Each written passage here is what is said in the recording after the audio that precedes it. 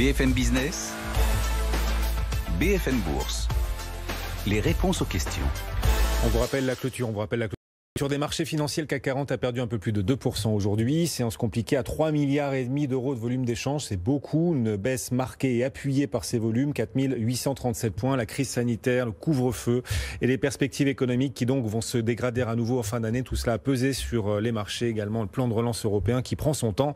Tout comme celui d'ailleurs que négocient démocrates et républicains aux États-Unis. Dans ce contexte, on va vous guider dans l'univers de vos placements et répondre à toutes vos interrogations, les questions que vous nous envoyez ou vous envoyez à nos experts sur notre site bfmbusiness.com notamment. Jean-Philippe Dubos nous accompagne, tout sur mesfinances.com. Rebonjour Jean-Philippe. Rebonjour. Est-ce que vous êtes prêt? Je suis prêt, Guillaume. Première question d'une auditrice ou téléspectatrice d'ailleurs, Estelle, à propos du nouveau placement très à la mode en ce moment. Faut-il souscrire un PER, plan d'épargne retraite pour mon enfant, nous demande Estelle. Alors Estelle, oui, comme vous le savez, depuis le 1er octobre dernier, le PER, donc le plan d'épargne retraite, a remplacé tous les produits d'épargne retraite individuels et collectifs. Alors effectivement, Estelle, comme c'est le cas pour un livret A par exemple, il est possible d'ouvrir un PER au nom d'un enfant mineur.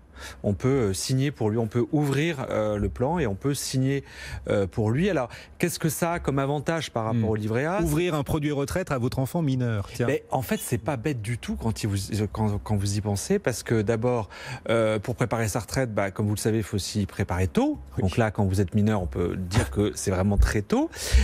Ensuite, c'est vrai que les générations futures, à mon avis, vont avoir des taux de remplacement encore plus bas que les nôtres, quoi. Donc c'est pas du tout idiot, je pense, alors, c'est vrai que c'est pas intuitif. C'est vrai que quand vous pensez à un enfant, vous pensez pas à la retraite, mais c'est pas si bête que ça. Et c'est vrai que je revenais par rapport au livret A. C'est sûr que par rapport au livret A, le livret A, vous pouvez en avoir qu'un seul. Il est plafonné à 22 950 €. Là, un plan d'épargne retraite, vous pouvez en avoir autant que vous voulez. Il n'est pas plafonné. Il devrait être plus rémunérateur parce que pour l'instant on n'a pas encore, puisque c'est un nouveau produit, on n'a pas encore les performances, mais c'est sûr que par rapport à un livret A à 0,5%, il sera forcément plus rémunérateur. Et c'est un outil qui permet d'investir en action d'ailleurs aussi, le PER. Exactement. Alors il y a effectivement la gestion pilotée qui est plutôt intelligente, hein. Donc effectivement il y a une allocation d'actifs, vous passez des actions aux obligations sécurisées au fur et à mesure que le titulaire approche de l'âge de la retraite. Donc effectivement vous augmentez le potentiel de rendement. Alors juste Estelle, faites attention quand même parce qu'il y a deux types de PER. Il y a le PER assurantiel et il y a le PER d'investissement. Le PER assurantiel, c'est un contrat d'assurance vie, alors que le PER d'investissement, c'est un compte titre. Pour un enfant, justement, par rapport à ce qu'on vient de dire avec la gestion pilotée, c'est quand même mieux d'avoir un contrat d'assurance vie où progressivement, effectivement, les actifs vont aller sur le fonds euro qui, lui, est sécurisé, alors que le compte titre n'est pas du tout sécurisé. Par rapport à l'assurance vie, le PER a également des avantages. Le premier avantage, alors qui peut paraître étonnant, c'est qu'en fait, il n'est pas liquide. Je m'explique, c'est-à-dire que effectivement, normalement, il est bloqué jusqu'au départ à la retraite. Mais c'est pas mal parce qu'au moins, vous êtes sûr que l'enfant, il va pas dilapider son capital à 18 ans. Contrairement au livret A, dont il peut faire ce qu'il veut. Ou l'assurance vie. Alors l'assurance vie, vous pouvez mettre des charges, mais enfin, c'est un peu compliqué.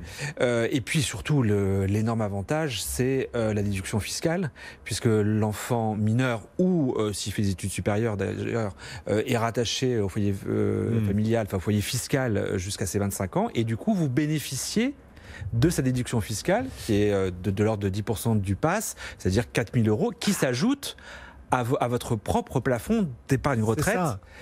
Donc ça, c'est super intéressant. C'est intéressant, vous faites une économie fiscale et vous faites en sorte que votre enfant, d'abord, prépare son avenir et utilise cet argent à des fins utiles, par exemple pour acheter sa résidence principale, puisque c'est un des cas de déblocage du PER, ou beaucoup plus tard, quand il sera à la retraite. Une façon de maîtriser un peu l'usage qu'il en fait. Il y a un très coup à jouer. Alors là, il faut être très malin. C'est par exemple le grand-père ou la grand-mère, elle fait un don de somme d'argent. Vous savez qu'il est exonéré de droits de mutation jusqu'à 31 865 €.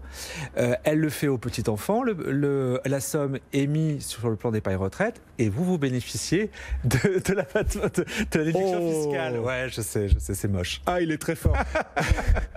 Cette autre question de Mathieu, un téléspectateur, il est en fin de droit. Puis-je débloquer, nous demande Mathieu, mon vieux contrat de retraite Madelin, même si je ne suis plus indépendant?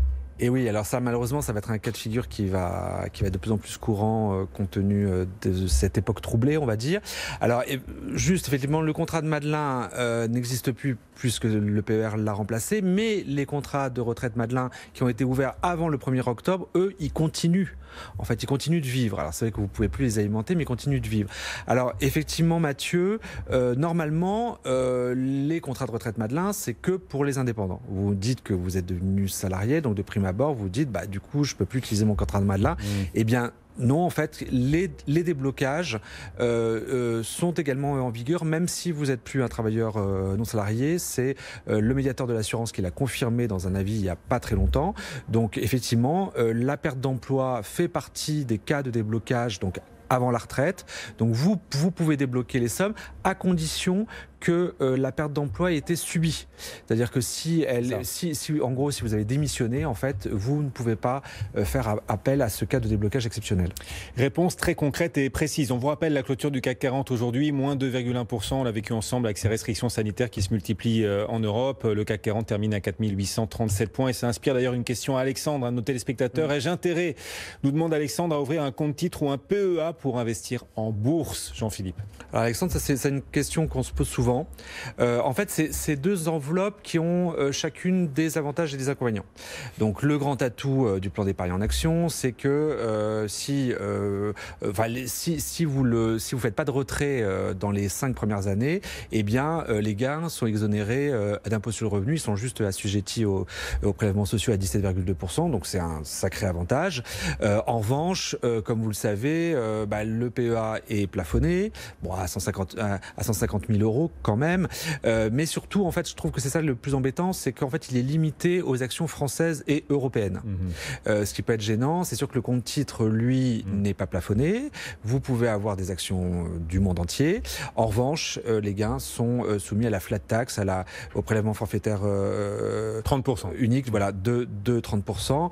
Moi, je serais tenté de dire, en fait, pour les actions françaises et européennes, vous le mettez dans un PEA, et puis pour les actions internationales, vous ouvrez un compte titre. Et ce serait dommage de se priver du potentiel des marchés américains, par exemple, qui surperforment largement par rapport à l'Europe. Et on en a encore une illustration d'ailleurs aujourd'hui, puisque si le CAC a perdu plus de 2%, Wall Street, de son côté, est en baisse de seulement 0,7% pour le S&P. Il nous reste 1 minute 15, on tente la dernière question. Allez, on l'a fait. Nicolas, que me conseillez-vous pour investir à long terme entre la bourse, justement, et les SCPI ?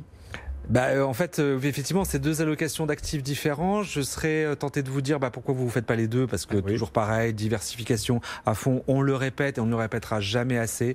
Ça permet effectivement de répartir les risques et d'augmenter le potentiel de rendement. Attention, que ce soit les actions ou les SCPI, encore une fois, ce sont des investissements risqués, il n'y a pas de garantie sur le capital. Et puis, dernière chose, Nicolas, c'est que souvent, quand les marchés boursiers baissent, souvent les marchés immobiliers augmentent, et puis vice-versa. Donc ça vaut peut-être le coup d'être sur les deux marchés. Pourquoi pas? Les SCPI sur lesquels on attend toujours un rendement proche de 4% brut. On insiste cette année, bien évidemment.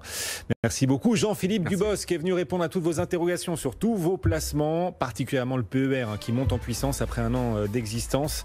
Jean-Philippe Dubosc, rédacteur en chef de toutsurmesfinances.com. Bon retour. Le CAC 40 a donc clôturé cette séance en baisse de 2,1%. Voilà, c'est cher payé aujourd'hui. 4837 points après avoir enchaîné les hausses, avoir frôlé les 5000 points en début de semaine. Finalement, on craque un peu aujourd'hui dans de forts volumes. En plus, 3,5 milliards d'euros ont été échangés.